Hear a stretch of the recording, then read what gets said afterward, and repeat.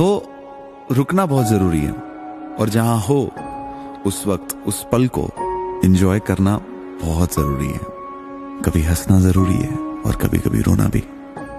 कभी कुछ बातें भूलना जरूरी है और कभी कभी कुछ बातें याद करना बहुत जरूरी है, क्योंकि कुछ सालों बाद जब हम मिलकर पीछे देखेंगे तो यही कहेंगे, जो कुछ भी हुआ सब कुछ जरूरी था।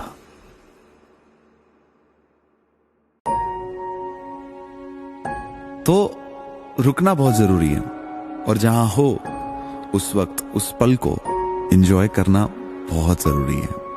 कभी हंसना जरूरी है और कभी कभी रोना भी। कभी कुछ बातें भूलना जरूरी है और कभी कभी कुछ बातें याद करना बहुत जरूरी है, क्योंकि कुछ सालों बाद जब हम मिलकर पीछे देखेंगे तो यही कहेंगे, जो कुछ भी हुआ सब कुछ जरूरी था।